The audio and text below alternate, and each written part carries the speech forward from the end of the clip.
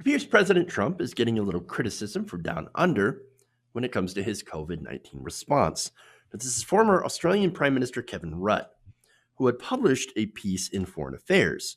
Now, in it, of course, he discusses the power struggle between the US and China and how COVID-19 has, of course, impacted both nations.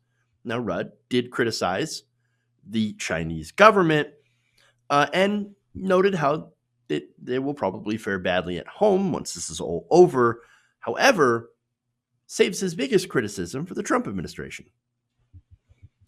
In fact, he deemed the Trump administration's management of the crisis as, quote, chaotic, saying that it has left an indelible impression around the world of a country incapable of handling its own crises, let alone anybody else's. And it is cementing the international divisions in the country, which he believes add a further constraint to U.S. global leadership. Many have argued that, of course, Trump signals the end of American hegemony in the world, and that actually might be a good thing. Since America's leadership in world affairs since the Cold War, in my opinion, has been a little less than positive. Ask any leftist government in South America, oh wait, really aren't any. And the few that exist, of course, are openly hostile to our country, especially since we continue to try to overthrow their governments. Who knew? Ask anyone in the Middle East, where to this day, our drones continue to fly and drop bombs on both weddings and funerals, creating more terrorism and, of course, casting ourselves as the terrorists. Nonetheless, there's been no doubt that America has been a leading purveyor of violence and exploitation of natural resources to feed an ever-greedy corporate sector. But the difference between Trump and other leaders on the world stage happens to be an issue of competence. You see, other presidents had done the same thing, had enacted said policy, but at least they were competent in doing so. Donald Trump is getting called out for his complete incompetence. Say what you will about about Barack Obama's leadership, he was at least competent. During Ebola, the United States and other nations shifted into high gear, delivering supplies and helping to contain the spread. COVID-19, while far more contagious than Ebola, could have been at least better contained had both the Chinese government and the American government actually reacted better to this. The result is hundreds of thousands of needless deaths around the world. Now, many abroad are saying, perhaps if we had somewhat more competent leadership, then this could have been avoided. That leads me to what Rudd had been saying. Quote, the world has watched in horror as an American president acts not as the leader of the free world, but as a quack apothecary recommending unproven treatments. Treatments, of course, hydroxychloroquine and just chloroquine, which he touted as, of course, miracle drugs for COVID-19. Numerous studies have shown that it wasn't any more effective than a placebo, and in some cases actually created more cardiac distress for many patients. There are governments that, of course, that have tried to test the effectiveness of this, Brazil being one of them, had stopped the study after people had had cardiac episodes. Now, Rudd continues by saying, it has seen what America first means in practice. Don't look to the United States for help in a genuine global crisis, because it can't even look after itself. Once there was the United States of the Berlin airlift, now there's the image of the USS Theodore Roosevelt crippled by the virus. Reports of the administration trying to take exclusive control of a vaccine being developed in Germany, and federal intervention to stop the commercial sale of personal protective equipment to Canada. The world has been turned on its head. Now, we know, of course, that America first being the president's mantra doesn't really mean America first. It means Donald Trump first, as it has always been. Now Trump conflates himself with America and, of course, the well-being of the stock market, and not the well-being of general Americans. Under Donald Trump's leadership, nearly 70,000 people have died. Over 1 million known cases of coronavirus have been documented, and testing lags behind other nations. To cover up for this fact, of course, Trump supporters, many in right-wing media, have come up with conspiracy theories claiming that the numbers of COVID-19 cases have been uber inflated in order to make Donald Trump look bad. There's no, of course, scientific basis for any of that, but there is basis for criticism of Donald Trump's reactions to it, including calling it originally a Democrat hoax and saying that it would disappear completely by April. It is no longer April, it's May, and the coronavirus continues to infect and kill more Americans each day. And yet the country is already starting to open up against the advice of all the experts.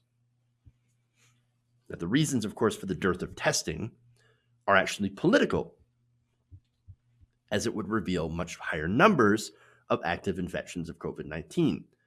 Now, of course, if you reveal more actual infections, the number of infected Americans goes up.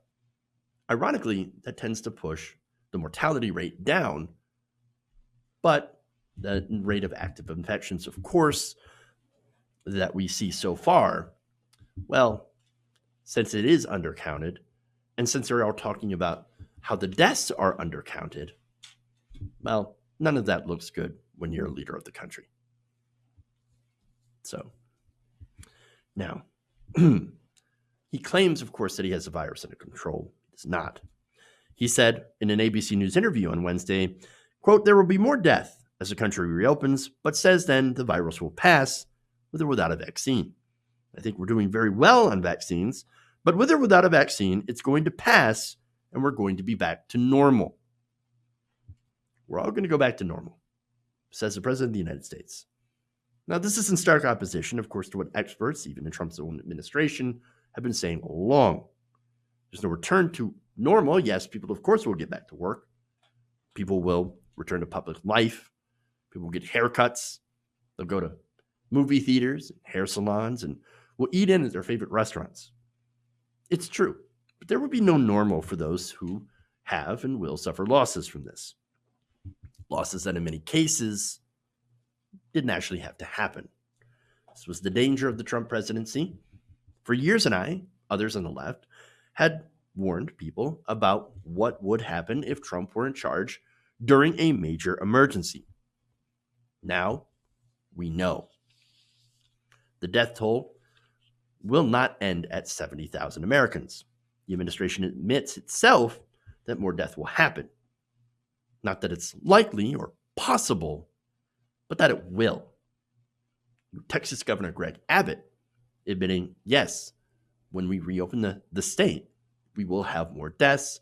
Ipso facto, it will happen. You have Trump himself saying we need to accept that we will have more deaths as we reopen the country, but we must reopen the country. The same is echoed by former New Jersey Governor Chris Christie, who also admitted that we must get used to the idea that more and more people will die. There are projections, of course, of the death toll by June 1st reaching nearly 3,000 people a day. That will be absolutely disastrous when that happens, or if that happens. And it will happen if states continue to open up too early and stop flattening that curve. But here's the thing. To them, your life is an acceptable cost to reopen the economy. Your life is a sacrifice to capital, and that capital will not be denied. It's not just incompetent leadership that we have here in America, but it's also callous and undeniably sociopathic. The political ramifications of a Trump presidency could be enough to propel a very differently, although flawed but already damaged, candidate into the White House, or perhaps not. That's the very fear that leftists like myself have. That even with Donald Trump's incompetence, Joe Biden, who also has a great deal of issues, more so than I believe Hillary Clinton had, to lose and usher in a second term to an already dangerous president. Regardless of what happens, it's very clear that the United States has lost a lot of respect among the world, and the goodwill from the programs like the Marshall Plan has already run out. Perhaps some good can come from this. Perhaps a real reorienting of our foreign policy goals. And maybe a reining in of our exploitative corporate sector could be the best overall outcome in the long term. Now, none of that will happen, of course, and as long as the power is still concentrated in the hands of the old guard. However, time is on our side. People under 45 being massively to the left on most issues, perhaps eventually America will once again begin to live up to her ideals. Hey guys, hopefully you enjoyed that free video. Now I'm going to have to ask you a favor. Between the demonetization and the YouTube algorithm messing around with view counts, etc., we're having a hard time adjusting to the new YouTube reality, which is where you guys come in. See, we have a Patreon, patreon.com/TYTNation, set up to help us rely on you guys, the viewers, instead of big corporate ads. Look, you know the show. You know how I'm not in favor of big corporations anyway. So help us transition away from relying on the ad model to pay the bills and sign up to be a patron, patreon.com/TYTNation. That goes a long way to help us keep the lights on. And you guys will know that you're supporting independent, progressive media.